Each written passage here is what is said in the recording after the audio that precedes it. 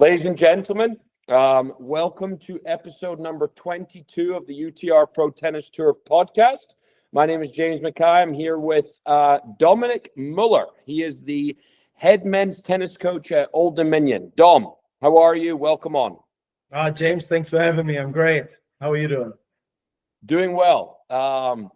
Dom is in year 8 as the head coach at Old Dominion. Tell us, Dom, a little bit about your experience so far, where you came from, and how things are going.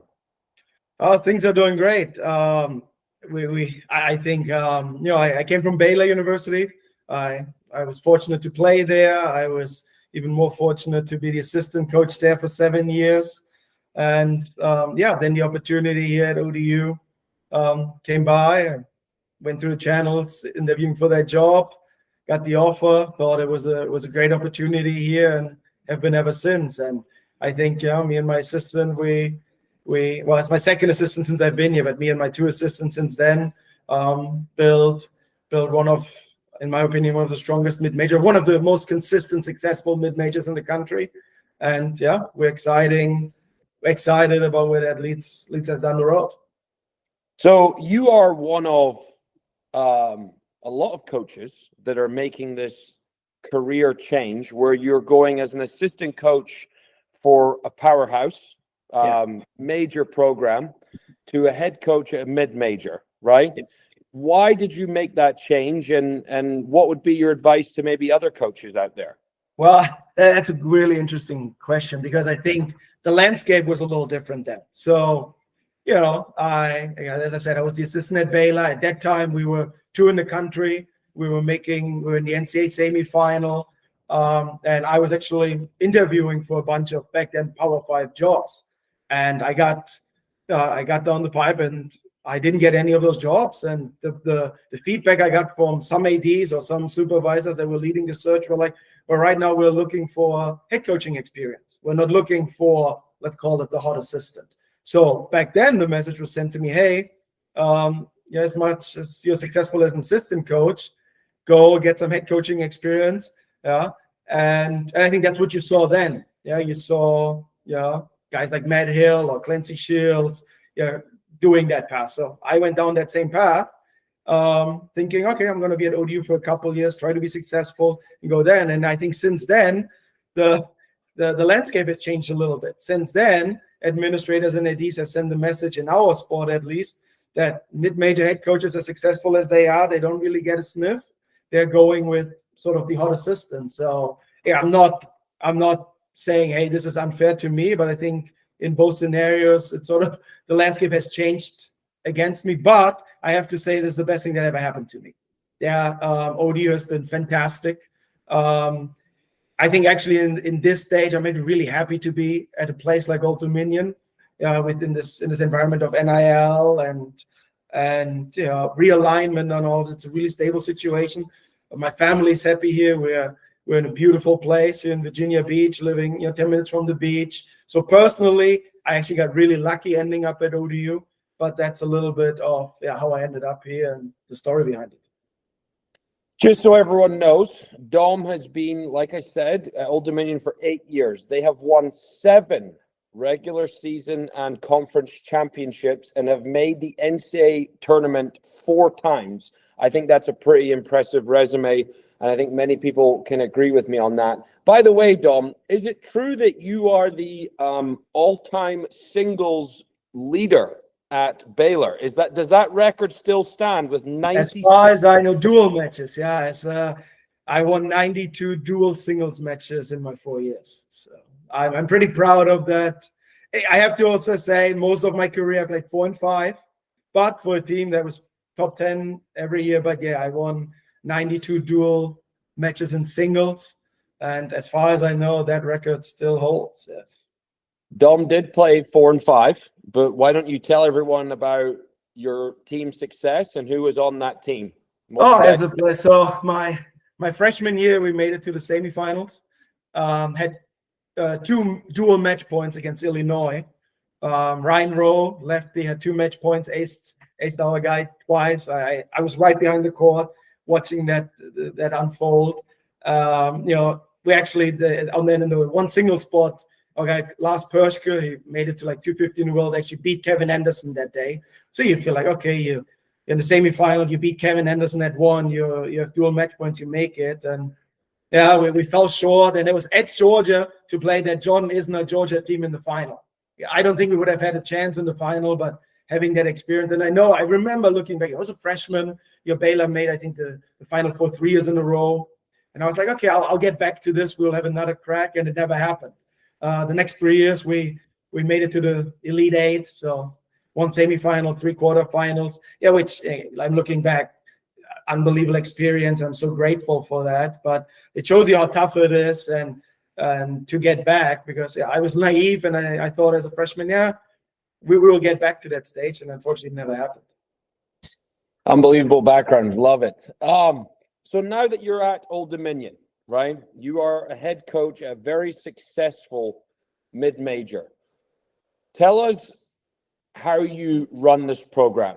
Everything from potential difficulties managing a budget to difficulties recruiting to scholarships. How as honest as you can be to listeners that need to have Absolutely. an idea of what it's like to run a mid-major program, a very successful mid-major program. What is that like?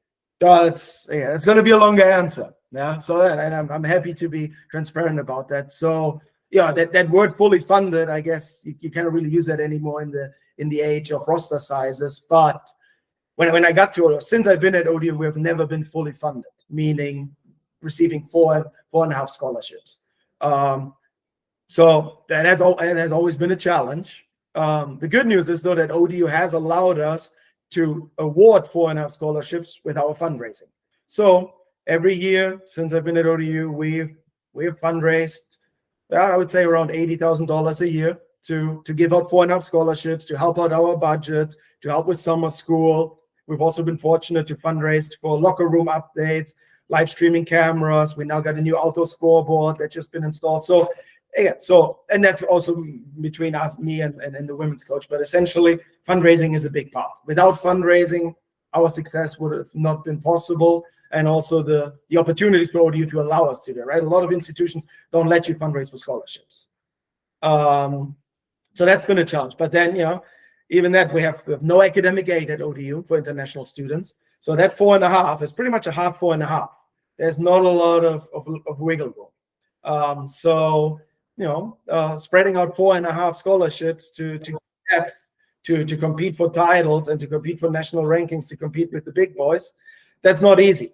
Yeah. So I think when you touched on recruiting, I looked at in my 10-year year, we've only signed 2 guys ever that have been top 200 ITF. So where I'm going with this is we have not really, it's not like we've been a recruiting powerhouse on paper. And I think you can find how successful is recruiting. I think we've been really, really successful in identifying that diamond in the rough. I call it niche recruiting. The guy that is overlooked. Let's be honest, everybody's going for the top 50, top 100 ITF guy. Everybody's going for the 13 UTR or 12-8 higher. That's not really our MO. Would I love to do that? Would I love to get guys like this? Absolutely. But that's not been our market. Our market has been the athletic guy, the talented guys that just maybe they've been underplayed, maybe they haven't peaked yet, and trying to develop them. And I know that sounds pretty old school, and you don't hear that a lot anymore. And that, again, I go back to in our new era. Right now, freshmen have to pop right away. Right? You need to get good freshmen to maybe bring in the 20, 21-year-old freshman that needs to win right away. Because coaches feel pressure. I think we're still in the space where we give our freshmen time. Like we have a lot of guys that have been nationally ranked, have been successful, but it took them a year or so to pop. Because I think we've done a great job identifying that diamond in the rough, but that doesn't mean that they're coming in here and they're good right away and we just found someone that nobody else found. We still invested time in them to get them where they are, and so we still have to look outside the box a little bit. To compete with the big boys. So what's that like in this era that we're living in now, and you're recruiting and players are talking about NIL, and I don't know, maybe your current players are talking about NIL. Like, these are all things that are very difficult to manage, right? 100%. What's your philosophy right now as a coach? Oh, that's a great question. Well, we were hit by that last year, right? NIL really, I think what is it? It's around for 2 or 3 years, and we really didn't face it until last year when our top 2 guys hit the transfer portal. And I don't blame the players. It's a system, right?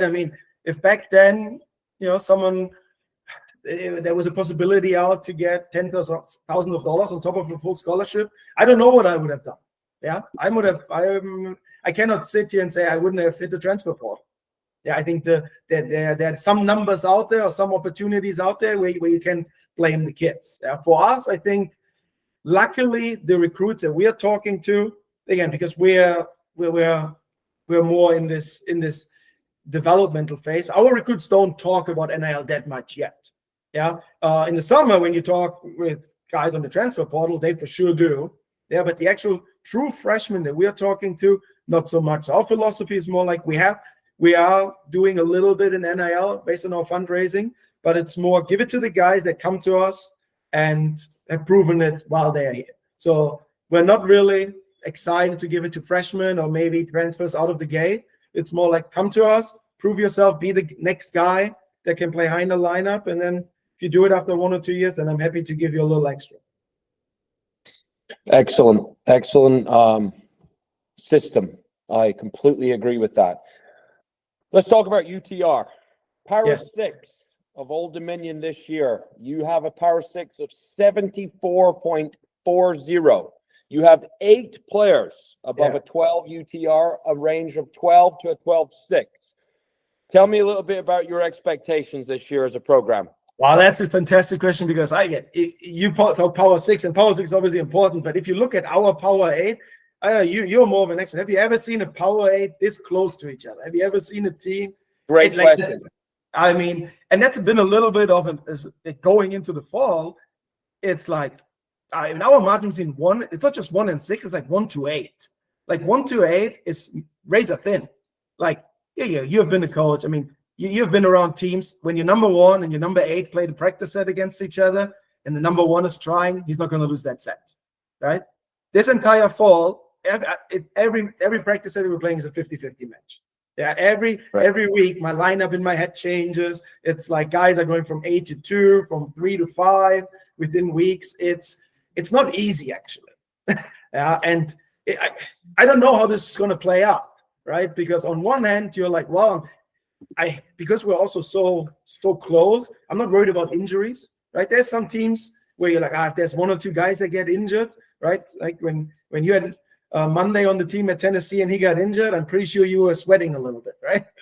Like this year, this is nothing against one of my guys, but I think they're all great. But if a certain guy gets injured, I feel okay throwing in the next guy. That's how close we are. I actually feel much better in the bottom of our lineup than we did in previous years. I think that depth will help us at 4, 5, and 6. I think our question will be the top of the lineup. Can a couple of those guys really rise to the occasion to play 1 and 2? Maybe play a little higher than they play up to a 12-8. And because in our schedule they're going to play 12-8s, they're going to play 13s. Can a couple of my guys rise to the occasion and win on top? So I think we won the Sun Belt 3 years in a row, regular season and tournament. You look at our Power 6. I do think we are the defending champ. I think on paper we still look like the favorite, and that's our expectations as a program. I think that's what you gotta have, right? You cannot sit here and say, we want to be effective. And there's a lot of good teams in our conference. They're gonna come at us, but I think our expectations is to defend our title and do it again. One of the coolest things I think about going on a school's page on UTR is you can compare your lineup to other teams in your conference. Dom just said he feels good about his 4, 5, and 6. He's correct. Statistically, he is correct. His 4, 5, and 6, especially his 5 and 6, are by far, by UTR, the strongest players in the conference. He has an incredibly deep team this year. There's actually only 1 player that is above one of his players, and that's at position number 1. I used to look at these stats all the time versus conference? I don't know. Do you look at these, or do you just focus on the coaching? I would be lying if I said that I don't look at that. Yeah, we're trying not to over. It's true. I mean, it's the same, right? It's the same in recruiting, right? We're all gonna say, I look at results and stuff, but you get a message from recruit or you get in touch with the recruit. The first thing is you look at the UTR to get a starting point. I don't think there's any coach in the country anymore that's not doing that. Yeah, and even if decisions are not based on that, you're still using that as an indicator. Yeah, I mean, a little different than your question, but this year, we have a freshman on the team this year we brought in who didn't have a UTI at all because he didn't play ITS. He played in a country that doesn't feed in, so we took a little bit of a flyer. But that's an unusual thing.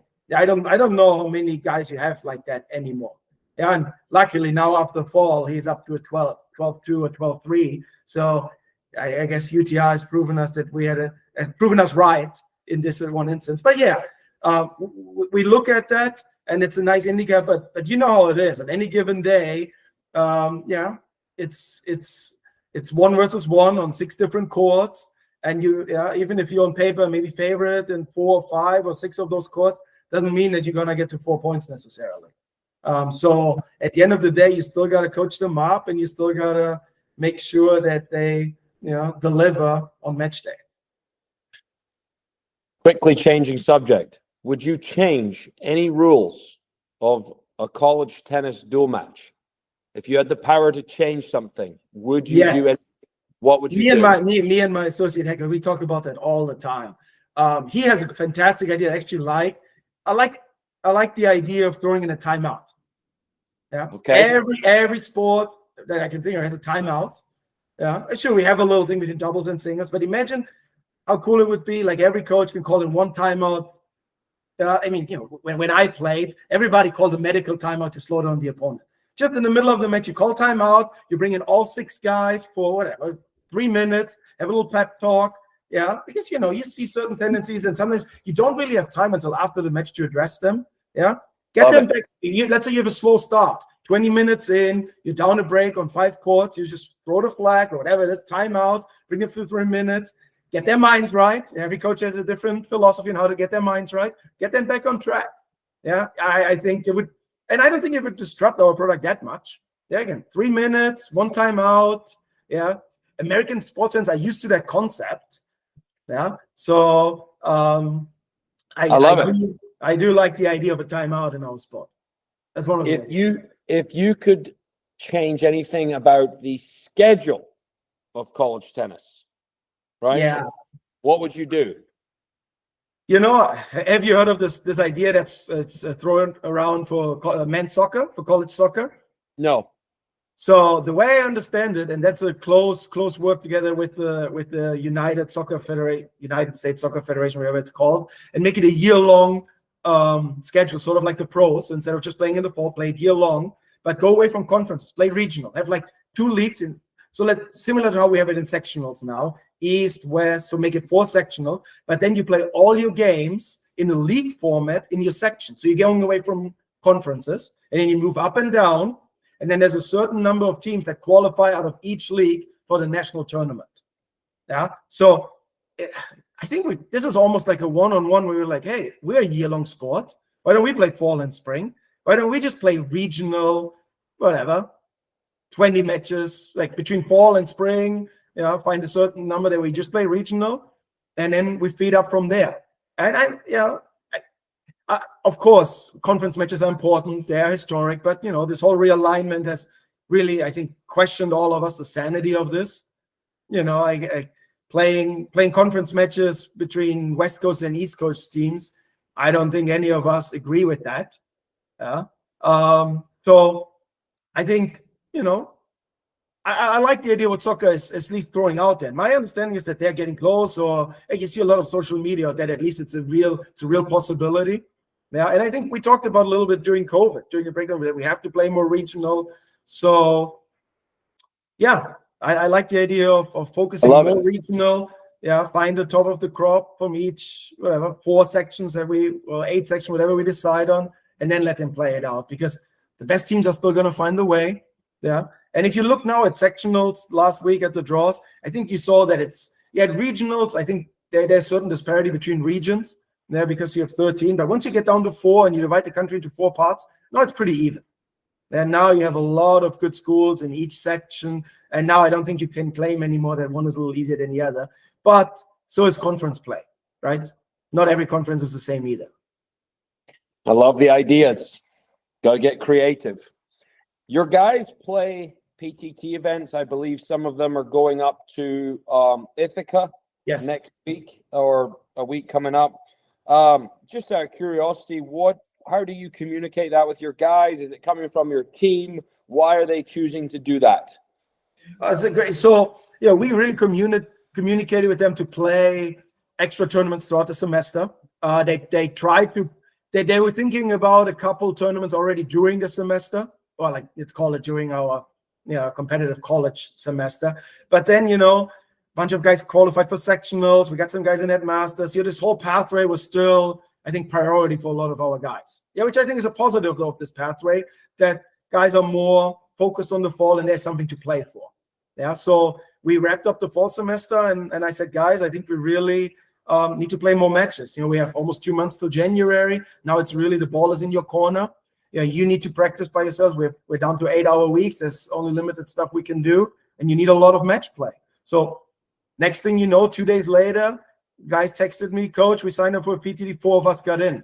So I was really just saying, hey, I really encourage you to play more matches by yourself. And they listened and they signed up, and they were really excited because all 4 of them got in that wanted to play. So it was just sort of perfect timing and everything lined up for us. Outstanding. Just a reminder to all players, if you're unsure whether you're going to get in, the 2 things you need to do is you need to enter the event, and then you need to fill out the wildcard application form for the PTT you're looking to play. And if you're really unsure of what's going to happen, just send me a message on Instagram. By the way, Dom brought up an interesting point there about 8-hour weeks. Dom, can you just explain to people what that means to be in an 8-hour week? Yes. So by NCAA rule, we have only a certain amount of days. It's 144, where we can really practice 20 hours per week that we can require our student athletes to work. So that's how we squeeze in our practices, our weights, our fitness, and all that. And once you're out of season, you're down to 8 weeks. And every coach can. I think most coaches use all of their 144 days in the spring, and it leaves a certain amount of days left over for the fall. So in the fall is usually a front end and a back end where you can only work 8 hours with your team, and that's where we are right now. We're now from now till pretty much Thanksgiving, and then I think there's 1 more week till finals where we're down to 8-hour weeks. But that's even more exciting that my guys are going to play the PTT. So next week where we only have 8 hours to work, they just go and then play a bunch of matches. So that makes it also easier on me.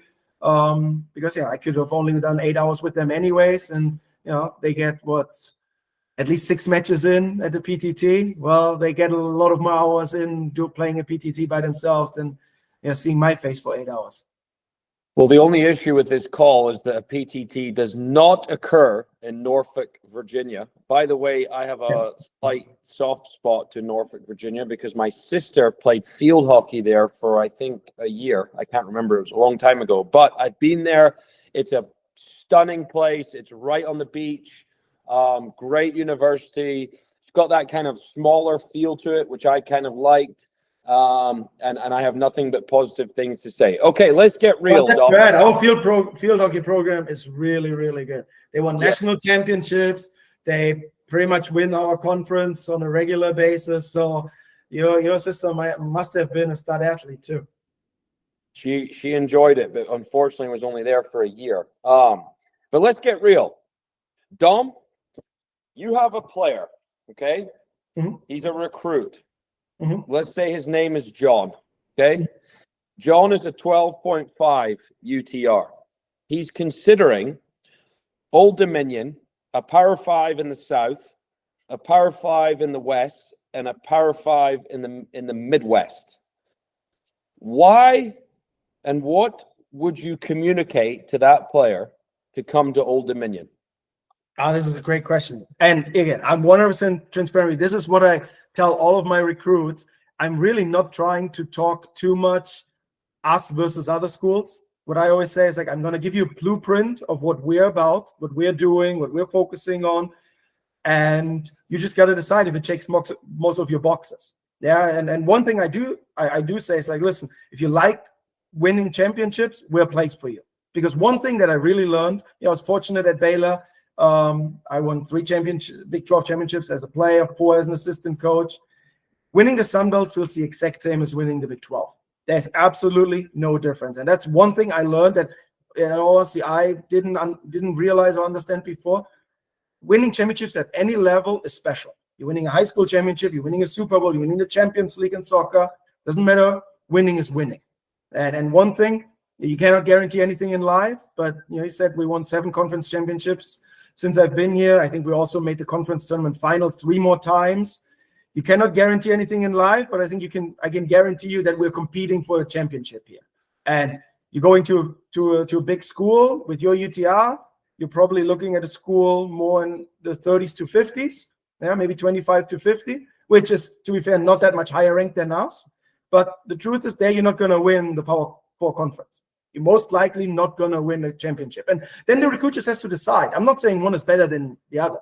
I'm really not. I'm just saying the recruit has to decide, is that important? Yeah, and then, I think location we're throwing out, but we're not putting our chips in location because the truth is, 90% as a student athlete, you spend your time on campus, you spend your time with your teammates and on court. So we're trying to sell our product. We're selling the players that we have developed over the years. We're selling that our guys usually make whatever 0.3, 0.5 jump in a couple of years while they are here. Yeah, we had several guys that qualified for the NCAA that won regional. So really, mostly we're selling that we're winning championships. We're selling that we are developing players, and that we have our facility right on campus. Yeah, we have 12 outdoor courts, 8 indoor courts right on campus. Our guys don't need a car, so they, it's easy if they want to hit extra serve. Everything is right here. So so essentially, I'm honest with you, because we have college football, and this year we're actually pretty good. We're going to make a bowl game, and we're 6-3 right now. But if you want that, that big time college tailgating Saturday, sold out 100,000 stadium, we cannot give you that. Yeah. But what we can give you is coaches that are really committed, that are energetic, that are working with you. And I think that small time program is still a little different. It still feels more hands-on, more family oriented, as I said, because we're giving our players still time. At that big school, sometimes you don't produce your first year. It's tough. Yeah. And then at the end of the day, we hope that that personal approach beats out maybe the 5 extra shirts and some other stuff that those big schools can offer. But if you look at our schedule, it's not like you're gonna have much different opponents on a weekly basis, right? We play the big boys, and also if you play high in the lineup for mid-major, you might actually play better competition, or at least the same as if you start as a freshman 4, 5, 6 in the SEC, in the Big Ten, or wherever. So these are some of our. Do me a favor and move your camera to your left shoulder a little bit this way. It's just the glare coming in. There we go. Keep going a bit more. Right. Perfect. I'll say again, I get asked the question quite a lot, and it really bothers me actually, but people say, why did you go to Drake? Right?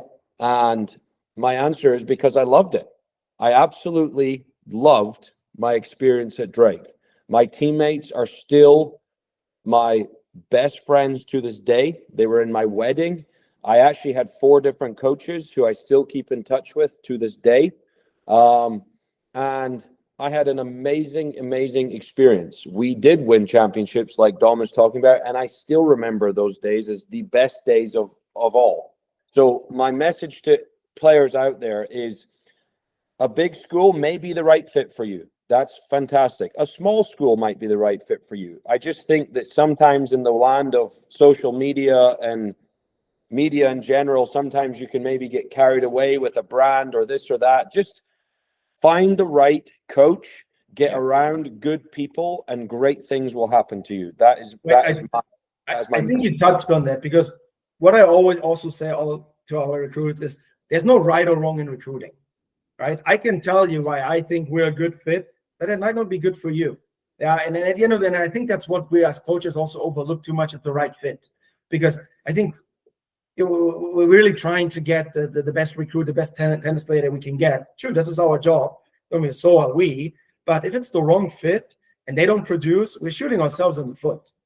Yeah. So you really got to find the right fit. I know we're all saying that, but at the end of the day, it's just the truth. Yeah. And it's the same for the kids. Yeah. And one thing that I also learned, coming from a Power 5 school to a smaller school, and we had a handful of Power 5 transfers coming down to us as well. And they said all the same message, but they're realizing that the student athletes themselves are a closer group. I think at a big school, the programs more do their own thing. They're all supporting each other. Yeah, it was the same at Baylor. I mean, when I was an athlete, we all supported each other, but it wasn't like here. Here, our athletes, you see at our home matches, athletes from every sport. Yeah, football players are coming to watch our games. At Baylor, I've never seen a football player come and watch us. Like the athletic department, I think at the mid-majors, we're closer.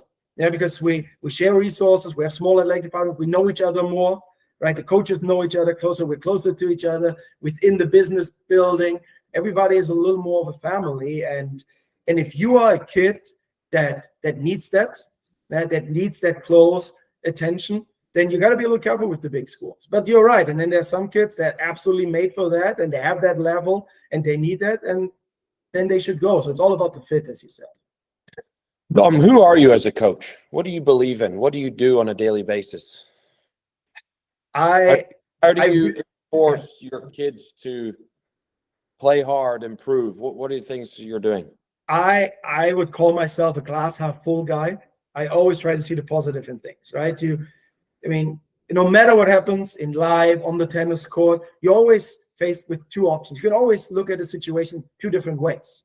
Right? You can lose the first set and you can feel sorry for yourself, or you can take the positives out of that first set and build on it and try to have a comeback. Same when we lost our top two players to the transfer portal. Me and my assistant, we could have sat there all summer and felt sorry for ourselves, and now look this fall, look where we could have been with those two guys. We could have shifted gears and actually realized, in this roster size, when the big schools and in the SEC, they only have 9 spots and there's only 10 spots. I actually think our freshman recruiting, we're getting looks at, on paper, better players because they don't find spots necessarily anymore. So there's a positive of all of this. Yeah. And that's the same what I'm trying to do with the guys. You can ask my players. I'm sure I've also lost my cool once or twice and I've gotten negative here. But in general, I'm always trying to encourage my guys. It's positive reinforcement for me. It's smiling. It's being there for the guys. It's giving them a hug if they need one. It's really being there for the guys and just trying to give them the tools. And because at the end of the day, they're coming here as grown-ups. Yeah, they're coming, even if they're 18 years old, below they're 18. So I don't want to hold their hand too much, because that's not doing them a favor once they leave us, once they go to the real world. So I'm trying to give them tools, I'm trying to give them structure, and I'm trying to be really positive and also give them freedom. Yeah, I'm also a coach. When we have a weekend off, I tell them, guys, this is a good weekend to be a college student, but I trust you that you're making the right. It's like raising a child.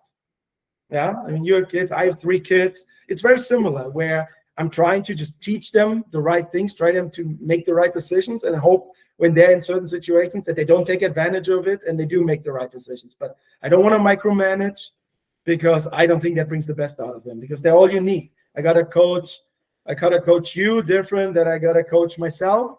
And if I just do one general blanket over all players, then that doesn't work. So I'm also trying, some players I joke a little more because they need that. They need to be loosened up.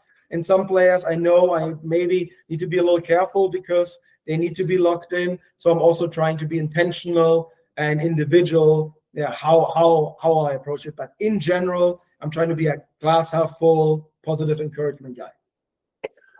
Well, if there's a way to end a podcast, it's like that. I think that will show anyone listening exactly who Dom is as a coach. Dom is a good friend of mine. I've known him for a long time.